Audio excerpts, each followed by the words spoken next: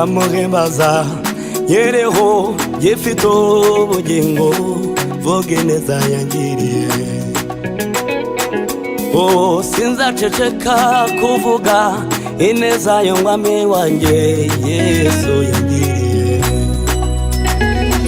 Oh, nzamuhimbaza nyiriho gifite ubugingo vuga ineza yangiriye. Oh, sinzaceceka kuvuga ineza y'umwami Yesu yangiriye. Nzamuhimbaza nyiriho gifite ubugingo vuga ineza yangiriye. Nzamuhimbaza nyiriho gifite ubugingo vuga ineza yangiriye. Yarabikoze byose sinzaceceka kubivuga ineza y'umwami Yesu yangiriye. No, sinzaceceka kuvuga ineza y'umwami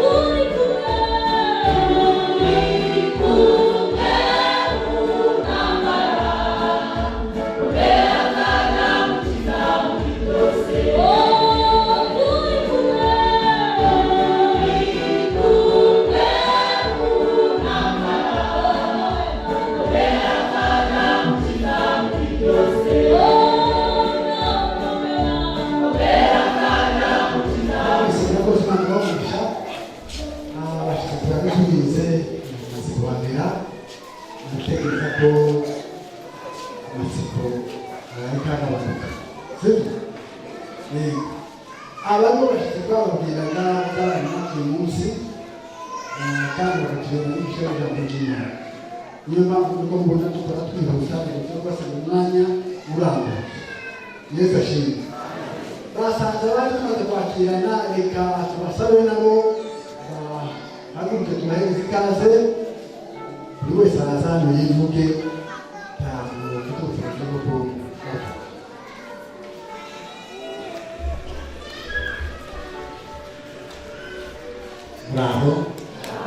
Bravo. Haleluya. Niba abantu bamwe tuzaza tubabwira uwo ari we niki kandi ntabwo iyo baza kubabwira uwo ari we n'abana n'amatsiko cyane kuko tumenyera, ariko naza gufasha tukabona mwanze muri manicyo.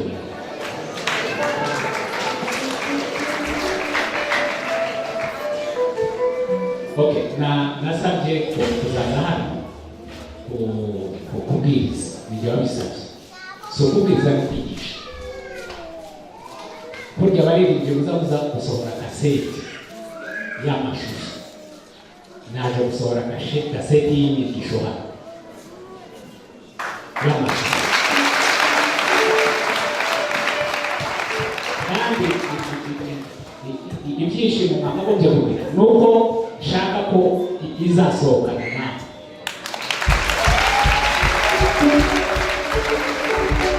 Ariko nawe utarimo kwishima. Okay, bana bikore nari itumba ariko umwuka ni hano yanyu.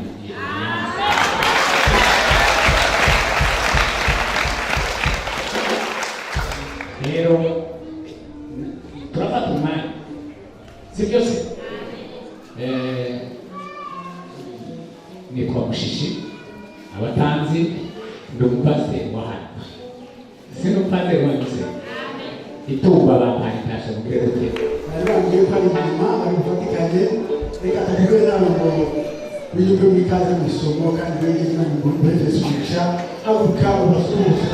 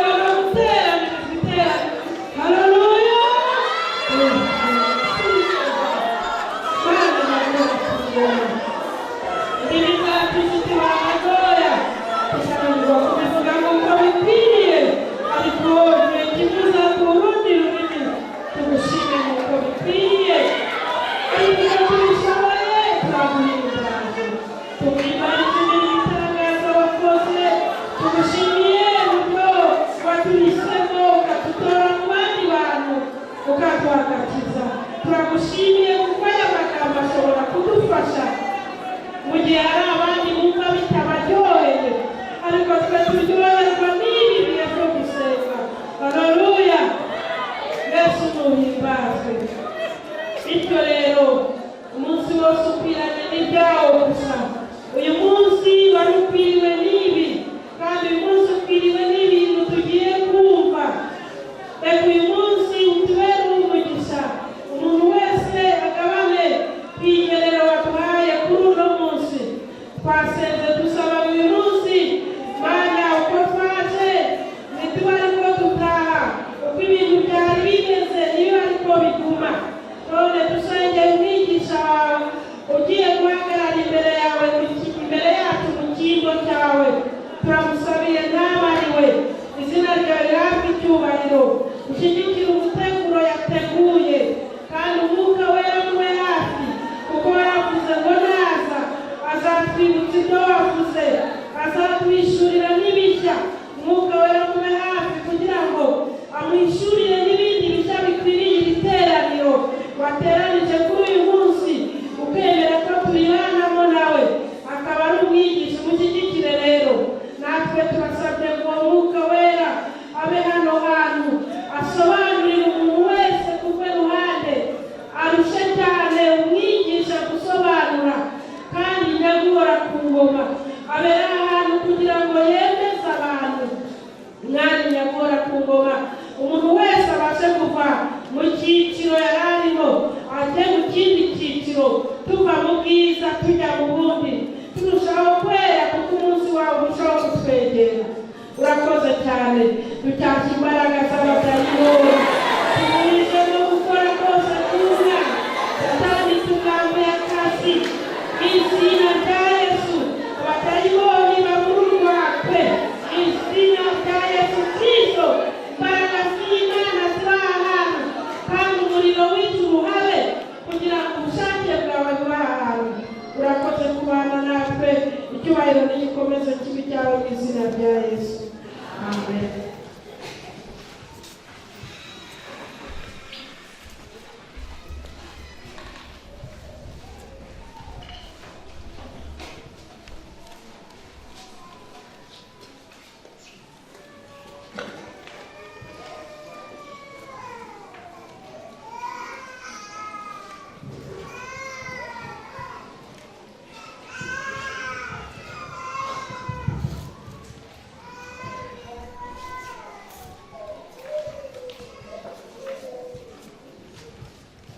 Reka nsabe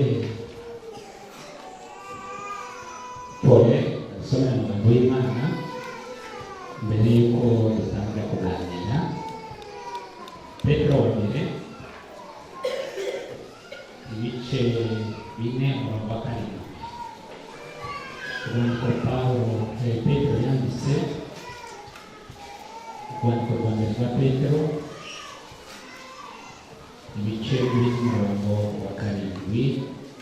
Narangiza yongera asome Daniel ibice 12 umurongo wa 13. Turaza gukurikiza ibindi. Urwandiko rwa mbere rwa Petero ibice 4 umurongo wa 7. haravuga ngo iherezo rya byose riri bugufi, nuko mugire ubwenge mwirinda ibisindisha, mubone uko mugira umwete wo gusenga. Urakoze Daniyeli. Ubuhanuzi bwa Daniyeli ibice 12 umurongo wa 10. Ugende utegereze imperuka, kuko uzaruhuka kandi ukazahagarara mu mugabane wawe iyo minsi nishira. Amen. Urakoze. Nejejwe nuko Imana yaducunguye ikaducunguza umwana wayo ukunda kugira ngo iduhindure kuba abana b'Imana. Niyo mpamvu duteranye bangana gutya kugira ngo tuyishime kandi tuyihimbaze. Rero nk'uko nababwiye nitwa Pasiteri Mushishi Elisa, ndi umukuru w'itorero muri paruwasi ya Cyarwa ADEPR, nyoboye umudugudu wa Tumba. Impamvu yanzanye hano rero kuko nabivuze, twaje kwiga ijambo ry'Imana bijyanye n'ibihe by'imperuka. Ibihe cyane. Niyo mpamvu ntabwo mbwiriza cyane ariko mbigisha cyane. Tega amatwi kandi mwumve. Mwagize amahirwe akomeye kuba ndi hano ku kigo. Jewe iyo nza kubitangaza itumba bari kubyemera ko natwe tuzakora umwanya. Ariko nahisemo hano kuko ubutumwa urambuye n'urusengero rwanyu rumeze neza kwa raporo y'urwacu, kuko atari yacu isa n'izitira abantu.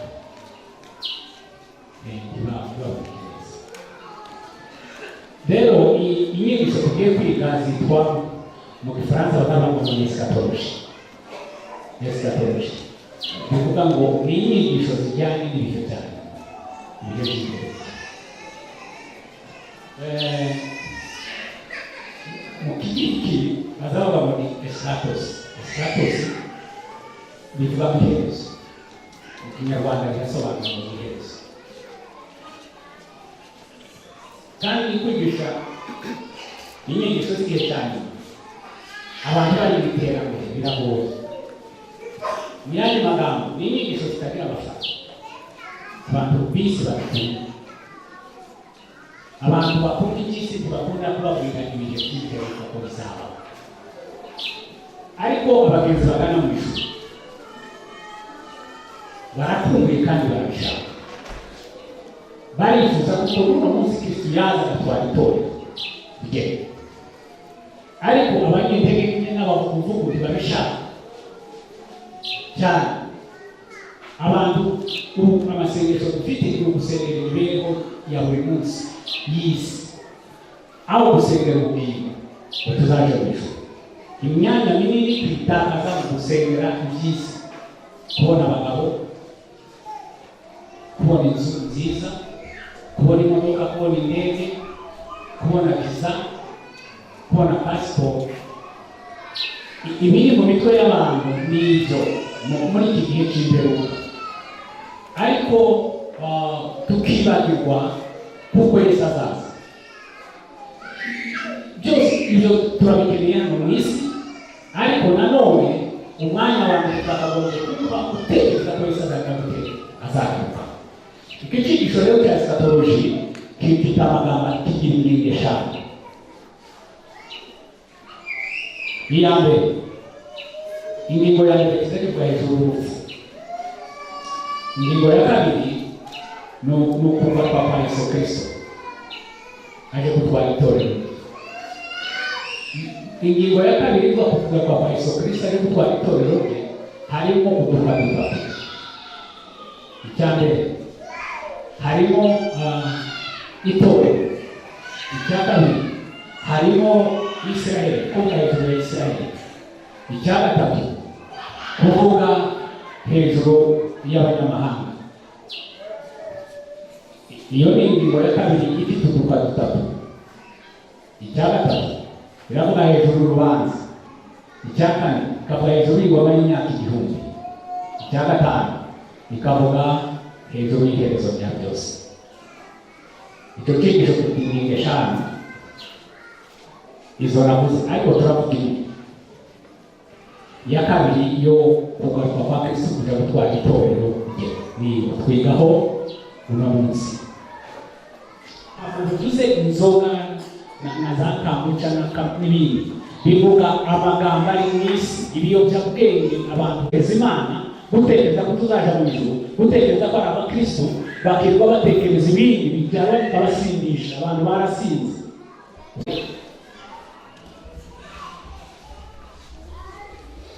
Mu materaniro twaba batubwira ijambo ry'Imana akaba ari kuri WhatsApp ntiyumva bataha tumvise ibyo twavuze.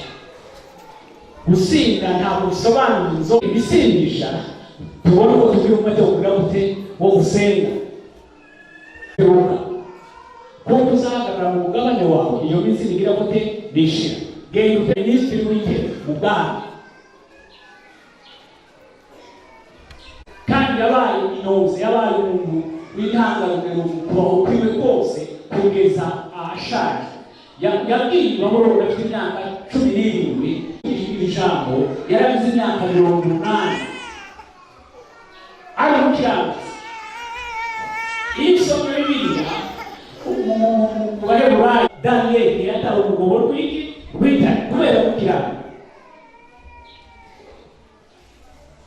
Ano babahaye bataha basubira iwabo mu masambu yabo bava mu bunyage, aragenda arasenga ngo asenze abona ko bagiye gutaha, nawe atekereza kuzataha. Ariko Imana iravuga ngo irekere ku mahano mu kazi urimo, genda utekereza imperuka, nuko batashe mu migwa yose mw'ijuru, batashe mu gihugu cy'ikibazo n'ubundi bazahura n'ibindi bibazo. Ariko wewe genda utekereza imperuka, uzahuruka kandi uzahagarara mu mugabane muri pariseri yo mu ijuru Imana yagize gute yamuteguriye.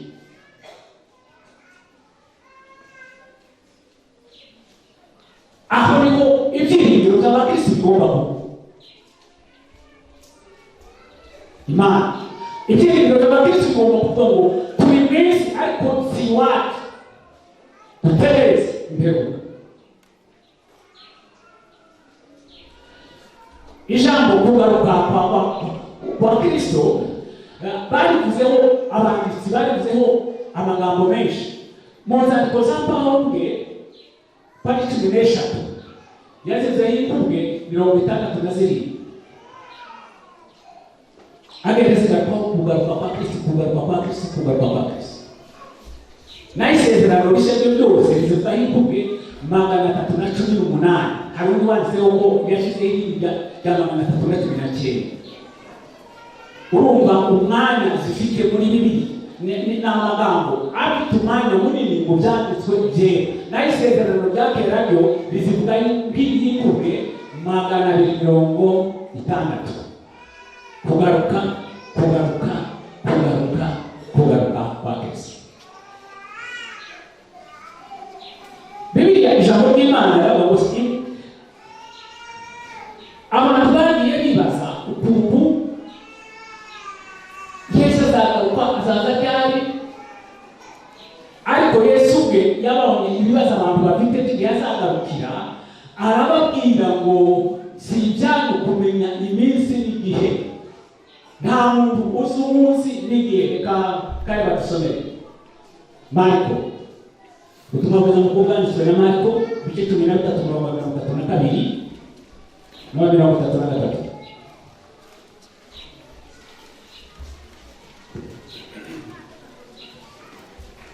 Ibice 13 32 na 33.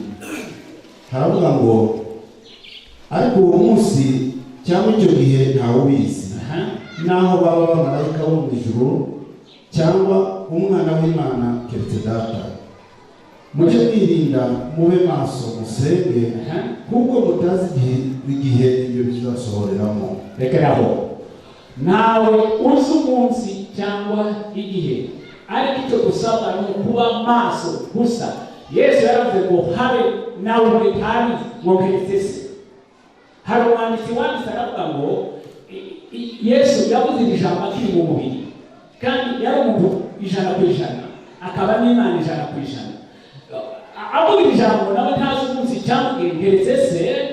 Isi Biseya harakani kuroze yari yashizemo kuko Yesu niwe wari gucungura abantu. Harabati nini mvuga umunsi kuko Yesu akunda abantu cyane kuko azabacungura yari kubabwira n'umunsi. Ariko arabura gusa ngo witegure kuko mutanze umunsi n'igihe umunsi wari wose pandagira gute yavuga. Bibiliya ikavuga ngo imperuka izatangira ryari?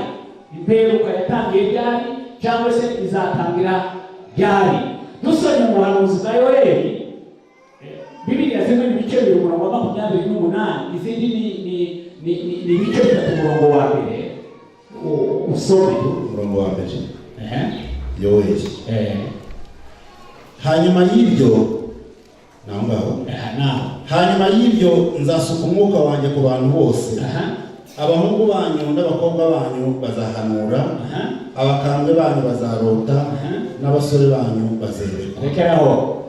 Hanyuma y'ibyo nyuma ibindi bihe bizaza banjye ku bantu bose. Mu isezerano rya kera ntabwo umwuka yari yarasutswe ku bantu, ntabwo umwuka ku muntu ushaka kugira gute gukoresha. Yamara kuwushiraho ugakora icyo ugomba gukora, umwuka agasubira akiretira. Yaravuze mu minsi y'imperuka ngo Imana izasuka umwuka. No kuvuga ngo igihe cy'imperuka umunsi wa Pentekote usohoye, umunsi bari hejuru muri kiriya cyumba. Soma ibyakozwe n'intumwa ibice 2 umurongo wa mbere w'imperuka.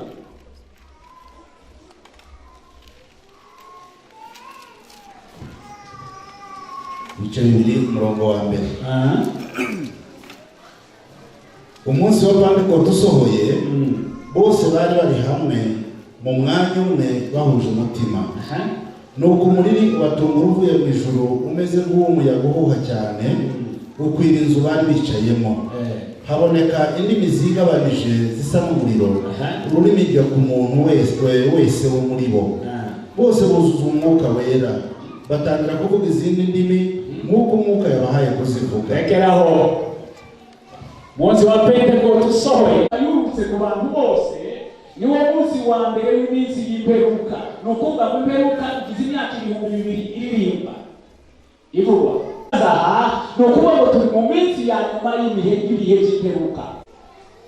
Imperuka yatangiye uwo munsi, ariko imyaka 2000 irarangiye. Ubu ngubu ko turagera mu bihe bya nyuma, tumaze gusatira umusozo mu bihe by'iki bya nyuma. Tugiye kureba ibizabanziriza Kristo kugaruka. By'imperuka Yesu yavuze ubwe. Dusome Matayo 24, umurongo wa 3 ugeze ku murongo wa 5. 24 Matayo umurongo wa 3. Haravuga ngo yicaye ku musozi wa Elayono, abigishwa baza aho ari biherereye, baramubaza bati tubwire ibyo bizaba ryari, n'ikimenyetso cyo kuza kwawe n'icy'imperuka y'isi ni ikihe? Yesu arabasubiza ati mwirinde hatagira umuntu ubayobya, kuko benshi bazaza biyita izina ryanjye bati ni jye Kristo, bazayobya benshi. Komeza. Muzumva ariko imperuka izaba itaraza. Ishyanga rizatera irindi shyanga, n'ubwami buzatera ubundi bwami. Hazabaho inzara n'ibishyitsi hamwe na hamwe, ariko ibyo byose bizaba ari itangiriro ryo kuramukwa. Urakoze.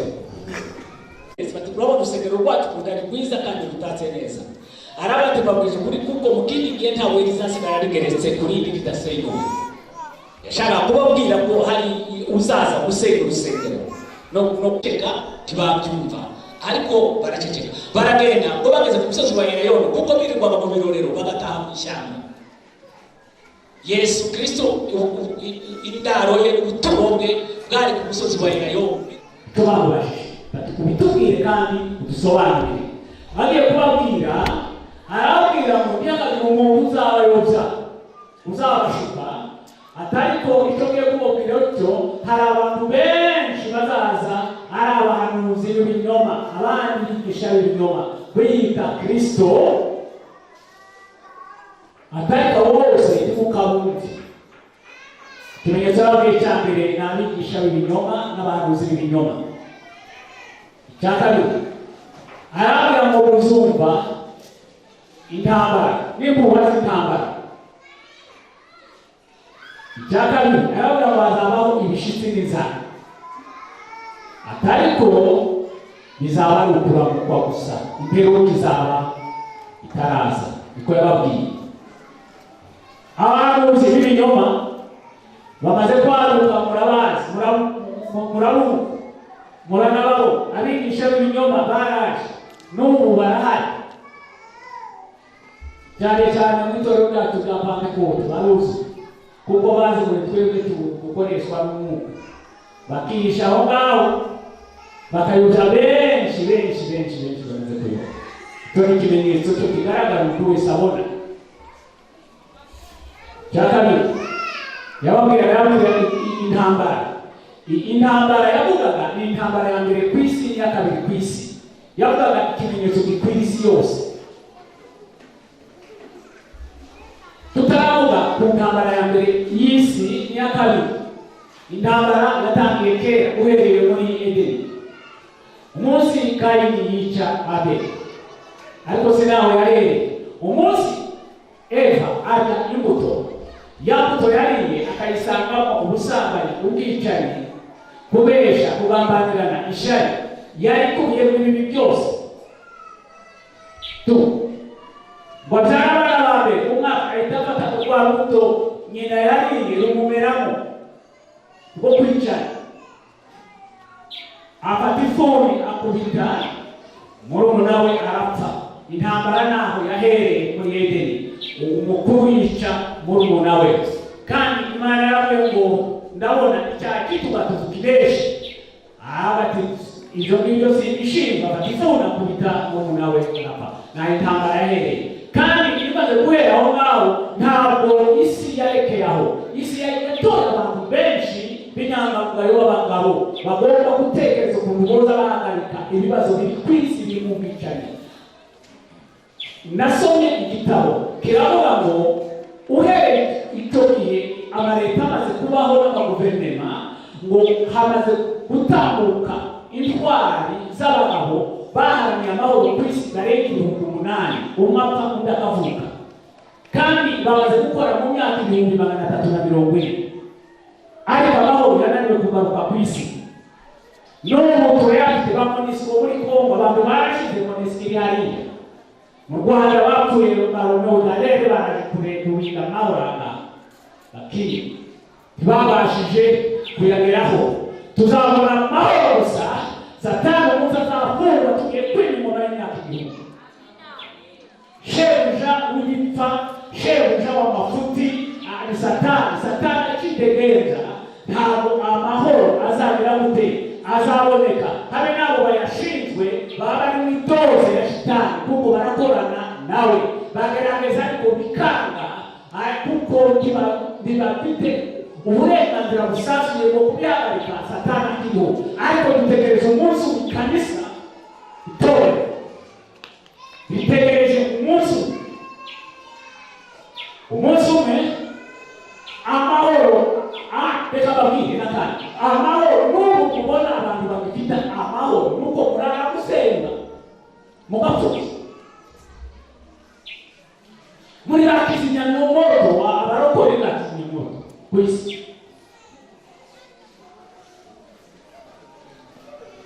Wakati unaona hiyo usenga binetaraniza imbaraga z'ikuzimu n'iz'abadayimoni, ingo zararagazisha, intambara zirimo zatutumba, mwasenga mukazikubita hasi, nayo naho usigifite yoni abo ngabo.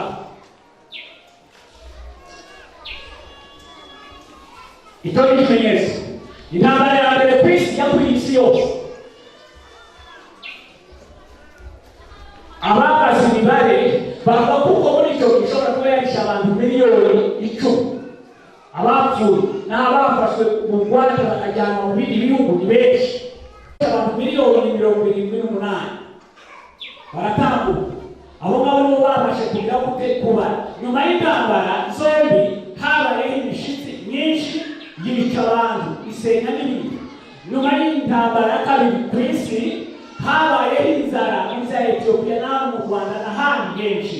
Muri icyo gihe abantu barapfa bitwa n'iki? N'inzara.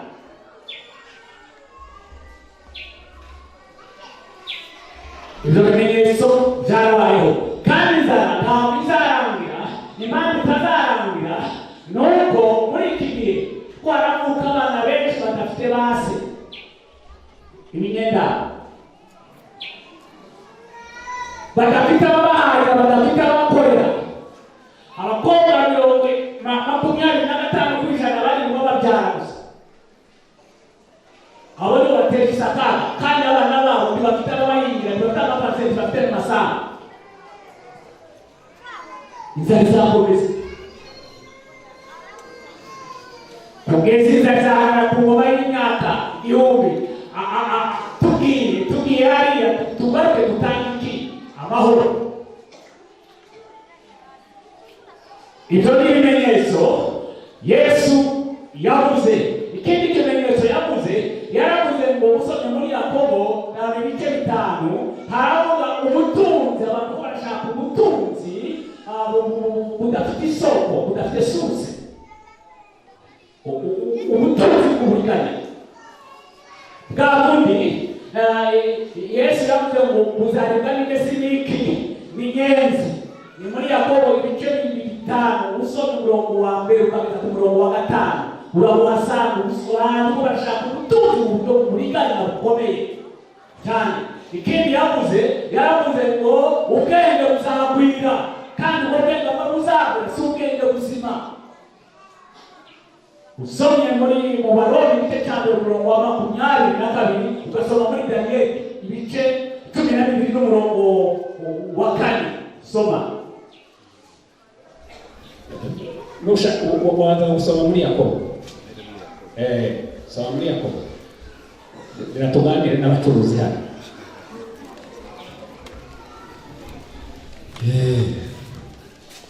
Yakobo ibice 5 umurongo wa 1. Komeze. Ngaho yemwe batunzi mwe, nimurizwe muboroge n'ibyago mugiye kuzabona. Ubutunzi bwanyu buraboze, n'imyenda yanyu iriwe n'inyenzi. Izahabu zanyu n'ifeza zanyu ziriwe n'ingese. Ingese yazo ni izaba umugabo wo kubahamya, izarya imibiri yanyu nk'umuriro. Mwabitse ubutunzi bwanyu mu minsi y'imperuka. Dore ibihembo by'abasaruzi basaruye imirima yanyu, ibyo mwabimishije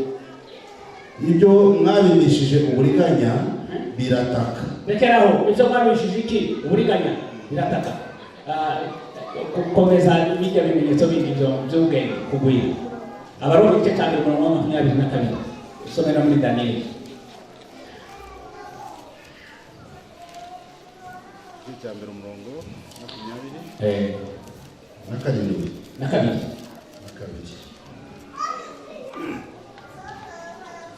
Biyise abanyabwenge bahinduka abapfu. Okay, rekeraho Daniel.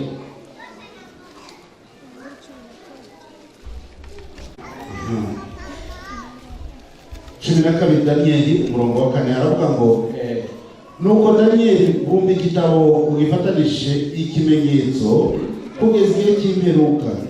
Benshi bazajarajara hirya no hino kandi ubwenge buzagwira. Kandi buzurisi ariko ubwenge bw'abantu buravuga ngo ubu ntibikigezweho. Abantu bariko barashaka umugabo bagashaka undi mugabo, ubwo ni ubwenge ngo bwagwiriye. Bise abanyabwenge bahinduka iki? Abapfu.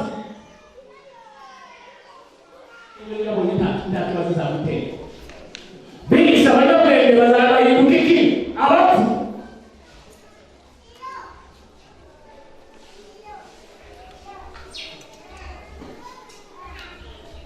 Yakobo yavuze ngo banyuze mu buriganya. Bucuruzi mu buriganya. Bwana izo zose bizaribwa n'ingezi kuderekera iminzango y'umuntu.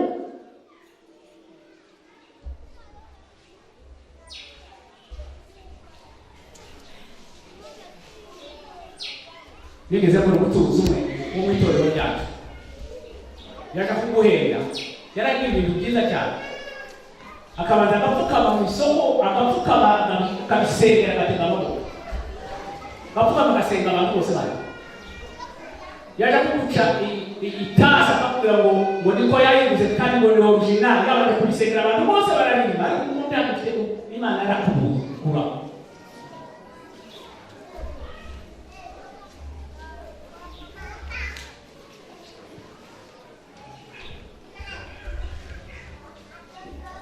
Bibiliya ntakizisiga, kandi muri iki gihe cy'imperuka tugomba kuvuga ibintu byose kugira ngo tutazagira icyo wireguza imbere y'Imana. Tuza wunguke make, ariko ari mu buryo Imana igira ngo ishaka. Vugisha ukuri ku bintu byawe, ukura utareke ukiranuka, kandi kazaza kuko wakiranuka iki Imana ubutunzi kugira amababa uyazana kugurira kwigiza n'uwo nyaruhengera ngira gute abikuru.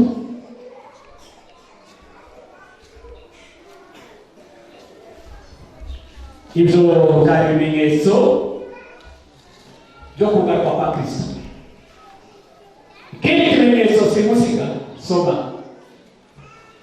Matayo ibice 24 umurongo wa 32 na 33. Tuve kubera ibimenyetso dukomeze.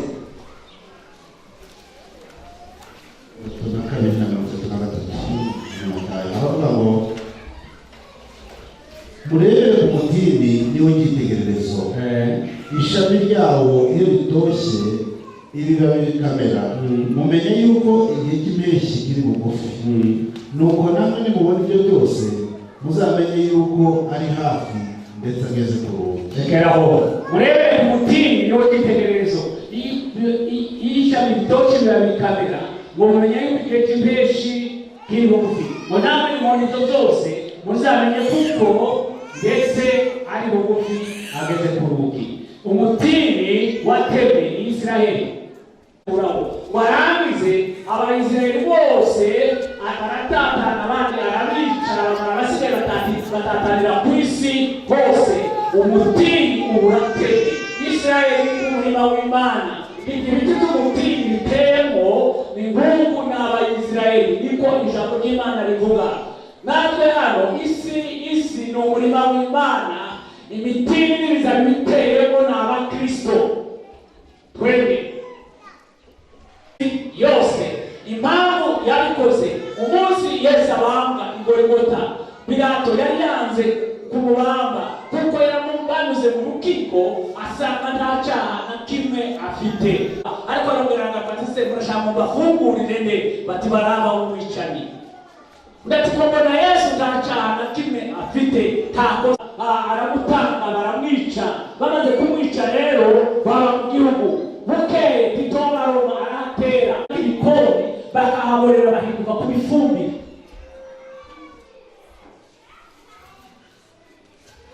Baratatana ku isi yose, bamaze ku isi yose tukabuza ngo bagirira bisha abayuda barenga miliyoni 6. Abaguye muri Espanye, abaguye mu Bubiligi, abaguye mu Faransa, abaguye muri Autriche, abaguye mu Burusiya, abaguye imibare iruzuye, abantu barapfa barashira.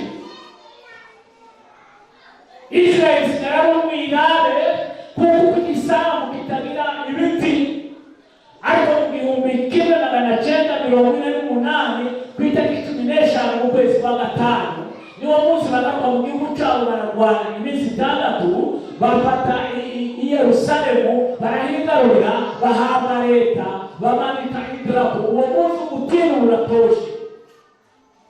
Murebere ku mutini nicyo gitorero ribwirwa, murebere ku mutini niwo cyitegererezo. Ishami iyo ritoshe rirabikamera, mumenye yuko igihe cy'impeshyi kigize gute kiri bugufi. Ngo namwe nimubona itorero nimubona bariya bari mu gihugu cyabo baragarutse, mumenye kuko bagiye kugaruka. Ni icyitegererezo cy'itorero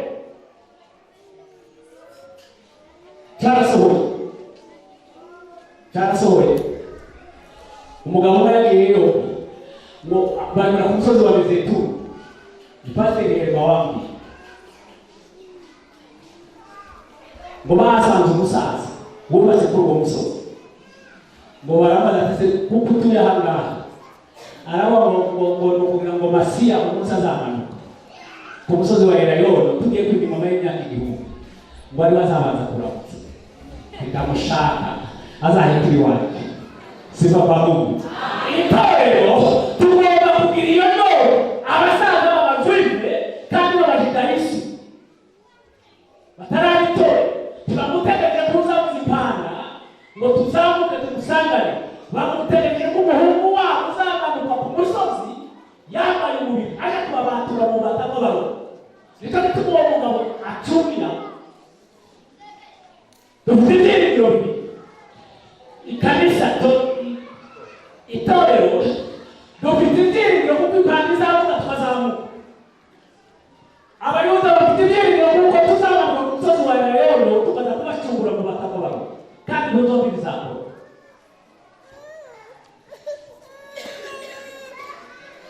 ibyiringiro.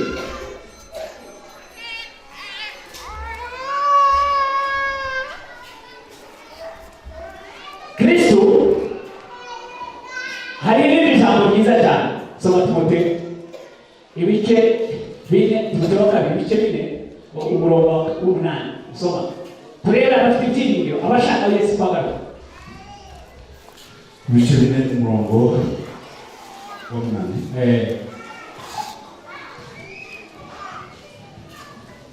wa kabiri ibice 4 umurongo w'8 aravuga ngo ibisigaye mbikira ikamba ryo gukiranuka iry'umwami wacu umucamanza utabera azampa urya munsi nyamara si ye wenyine ahubwo ni abakunze kuzaboneka kwe bose. Rekeraho ariko ni abakunze kuzaboneka kwe bose mbikira ikamba tambiri iry'umucamanza utabera azampa urya munsi ariko si ye wenyine ni abafite inyota ni abategereje ni ababishaka ni ababyiyumvamo ni ababisengera ni ababirangira ku ijoro abo bafite ikamba kuko Yesu azaza bimeze biti ku isi hariho amagambo ane azamubanziriza ane irya mbere isaha y'ibizaba bimeze Matayo 25 umurongo wa 13 azaza umurongo wa 13 aravuga ngo nuko mube maso kuko mutazi umunsi cyangwa igihe.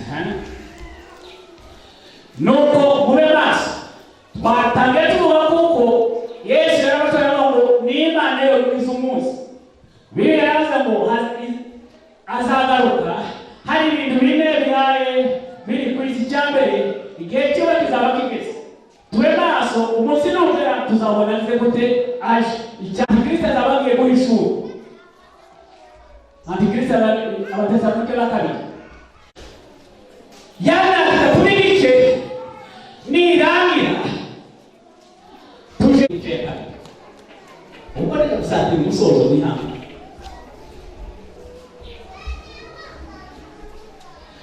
ya mirimo twakoze soma ibyanditswe ibice 19 umurongo wa 2 19 umurongo wa 2 twongera mirimo twakoze ikizahera umurongo wa 7 hagati tunezerwe twishime tuyihimbaze kuko ubukwe bw'umwana w'intama busohoye umugeni we akaba yiteguye kandi ahawe kwambara umwenda w'igitare mwiza urabagirana utanduye. Uwo mwenda w'igitare mwiza niwo mirimo yo gukiranuka yabera. Urakoze. Umwenda w'igitare urabagirana niyo mirimo yo gukiranuka kwiki kwabera. Ya mirimo twakoze ihindutse kuba umwambaro tuzinjirana mu cyumba nk'abageni n'ubukwe wacu. Ariko nibaza ngo bajya yahiriyeho saba mpakani bimenye twajyanye nabo tubihariye ni imirimo yahiriye ariko bafite ubugingo bakuwe mu muriro nk'igiti cya Yesu hasigara gato ese babangaza sinzi reka ntanguye ngize iminsi mbona ibintu mu Rwanda byiza. Twebwe iwacu njyewe igihe nashatse umugore dusezerana mu rusengero, yari yambaye nk'uku kwa haguruka bakure